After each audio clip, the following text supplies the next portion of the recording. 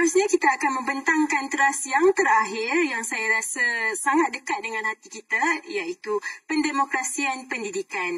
Jadi dengan ini saya ingin menjemput YB Nik Nazmi, Ahli Parlimen Setiawangsa.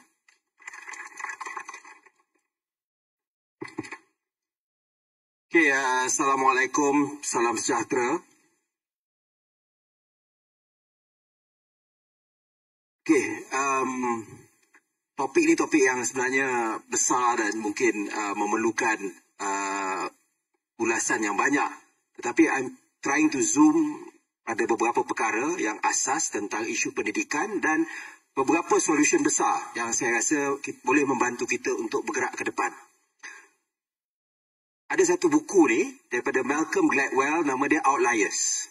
Siapa yang pernah baca buku ni? Okay, 1, 2, 3, 4, tak ramai, tak cukup. Okay, it's a very important book, very fun to read, very simple to read. Basically apa yang disebut dalam buku Outliers ni ialah kita tak payah perasan hebat. Ya, macam contohnya, saya jadi wakil rakyat pada usia muda, dapat pendidikan yang baik. Tetapi ini sebahagian besar kerana saya lahir dalam suasana keluarga kelas menengah. Bapa saya pegawai kanan kerajaan. Kami selain daripada bahasa Kelantan, bahasa kedua yang kami bercakap ialah bahasa Inggeris di rumah. So that was the support system that we had.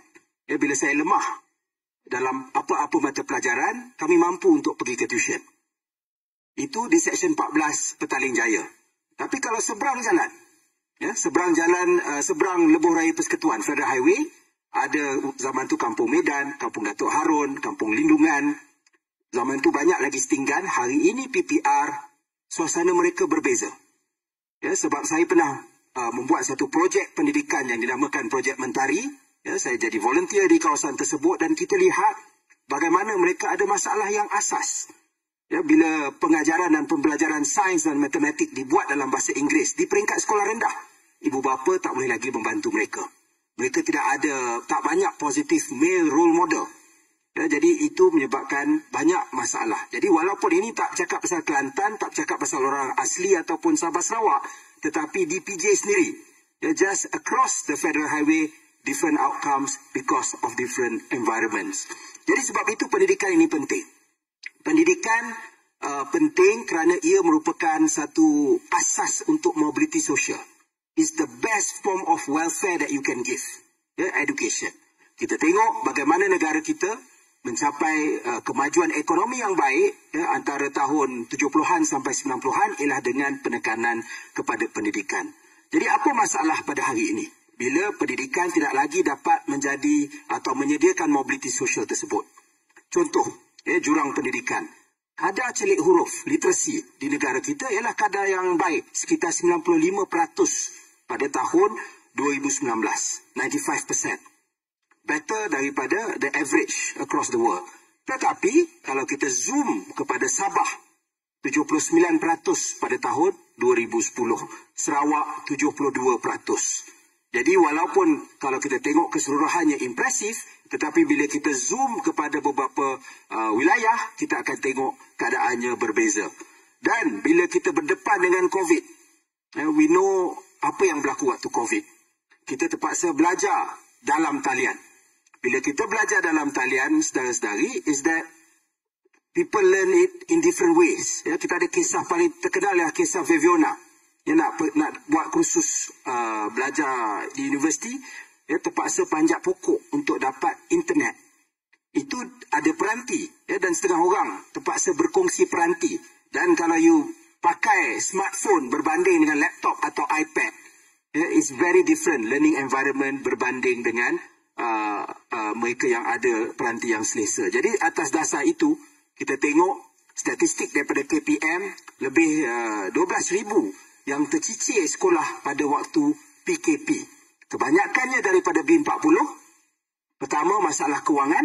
Kedua ialah masalah hilang motivasi untuk pergi ke sekolah. Satu lagi ialah isu hilangnya persaingan kita di peringkat antarabangsa. Antara ukuran untuk sains, matematik dan membaca yang paling asas yang kita selalu dengar ialah PISA. Pada tahun 2018, kita dapat nombor 48 dalam matematik, dalam sains dan 57 untuk membaca. Semua ini lagi rendah daripada purata OECD ataupun negara-negara maju. Dan kesan dia apa? Antara lain, ini menjadi punca kenapa sekolah kebangsaan kurang popular. Saya memang betul daripada keluarga yang sedikit baik, tetapi saya dulu pergi ke sekolah kebangsaan di peringkat sekolah rendah. Kawan saya ada Cina yang kaya, Melayu kaya, India kaya, ada juga Melayu yang susah, Cina yang susah dan India yang susah, termasuk daripada Kampung Medan, Kampung Lindungan dan Kampung Datuk Harun yang saya sebut tadi. So we went to the same schools. Hari ini apa keadaan dia? Kita zoom saja pada sekolah menengah, kita tak tengok sekolah rendah. Tahun 2008, 13.7,000 pelajar belajar di sekolah menengah swasta. Ini kira semua agama, international, everything. Sekolah menengah, termasuk sekolah menengah Cina swasta. Tahun 2018, dia menjadi 87.3,000. Peningkatan 5 kali ganda. Dan ini menjadikan satu masalah kerana kalau keadaan di sekolah tersebut menjadi lebih baik, maka dia akan melebarkan lagi jurang antara golongan kaya dan miskin di negara kita. Dan dia juga antara menjadi punca juga yang mana sekolah-sekolah kebangsaan menjadi lebih monoetnik. Dan ini ialah satu kitaran yang tidak sihat di dalam penyediaan kurikulum, budaya sekolah dan lain lagi. Last kali dalam soal krisis ini, banyak sebenarnya krisis, tapi saya nak fokus krisis-krisis besar. Bila kita sebut pasal pendidikan tinggi, keluarga M40, B40 banyak bergantung kepada PT-PTN. Hari ini, kerajaan telah memberikan pinjaman, kerajaan telah memberi jaminan untuk pinjaman PT-PTN 39.8 bilion ringgit. Kalau duit 1MDB itu boleh tutup hutang PT-PTN. 20% graduan peminjam PT-PTN tidak pernah membayar sesen pun daripada hutang mereka. Okey, kita boleh cakaplah sebahagiannya mungkin masalah sikap, tetapi sebahagian besar ialah soal gaji yang rendah. Tadi ada sebut pasal masalah rumah gaji rendah, soal juga kurang pekerjaan yang berkualiti atau setara dengan kelulusan mereka di universiti. Jadi mereka tidak bayar hutang PT-PTN, and this will affect the future borrowers for PT-PTN, especially mereka yang tidak ada sumber lain, golongan B40 dan sebahagian M40. Jadi apa, moving forward, bagaimana kita dapat atasi masalah-masalah ini? Pertama, ialah autonomi pendidikan untuk sekolah-sekolah. Ini bukan benda baru.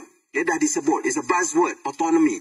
Ia dah disebut di dalam Pelan Pendidikan, Education Blueprint 2013-2025, bahawa sekolah-sekolah yang capai standard minimum akan diberikan autonomi. Tetapi dari segi realiti masih banyak centralisation, sangat bersifat atas bawah, sama ada daripada penyediaan silibus, daripada pelantikan guru, belanjawan sekolah dan lain-lain lagi. Dan kita tengok contoh terbaik bila bagaimana kerajaan tidak dapat menyelesaikan soal buka tutup sekolah waktu PKP dengan baik, kerana mereka tengok dalam konteks one size fits all, berbeza dengan keperluan lokaliti. Begitu juga silibus. Tadi YB Nurul dan juga Manivanan sebut tentang TVET. Ada tempat mungkin yang memerlukan penekanan TVET yang lebih. Ada tempat yang memerlukan beberapa skill yang lebih. Kita juga tengok krisis sekolah-sekolah pendidikan bagi anak-anak orang asli. Sebahagiannya kerana pendekatan dia tidak mesra dengan masyarakat orang asli untuk melibatkan mereka di dalam pendidikan mainstream. Dan pelantikan guru, ini juga satu soal yang selalu disebut. Duka lara, guru Sabah Sarawak, mismatch dan sebagainya. Ini juga boleh diselesaikan dengan penurunan kuasa kepada JPN, PPD dan juga peringkat sekolah. Tetapi otonomi ini harus diseimbangkan dengan satu standard yang sangat ketat dan juga accountability. Misalnya memberi lebih banyak kuasa kepada PIBG. Satu lagi ialah bangunan sekolah. Dan keperluan bangunan sekolah ni sangat penting, yang selesa. Ini juga antara sebab bila mereka dah ada duit sedikit, ramai yang memilih untuk menghantar anak mereka ke sekolah swasta. Kita ada daripada 10,200 sekolah kebangsaan dan sekolah menengah kebangsaan, 1,311 dikatakan ada bangunan daif. Tapi sama ada definition bangunan daif ni tepat atau tidak, saya tak pastilah. Tetapi kalau ikut statistik KPM, that's the number. Jadi satu ialah perlu ada garis panduan penyelenggaraan, preventive maintenance dan sebagainya. Ini penyakit Malaysia yang kita tahu, first world infra but third world mentality.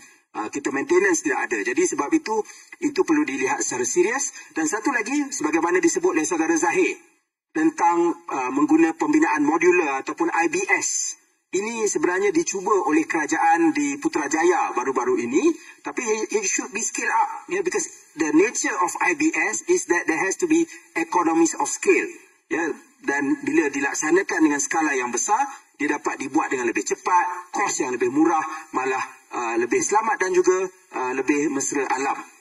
Dan moving on, last two things sebelum saya akhiri, kita fokus pada IPT. Bagaimana kita nak menangani masalah kos IPT yang juga memberi kesan kepada hutang PTPTN.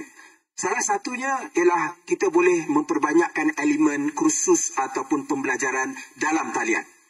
Online courses. Ia sebenarnya wujud sejak 2008 lagi. Kita panggil MOOC ataupun Massive Online Open Courses.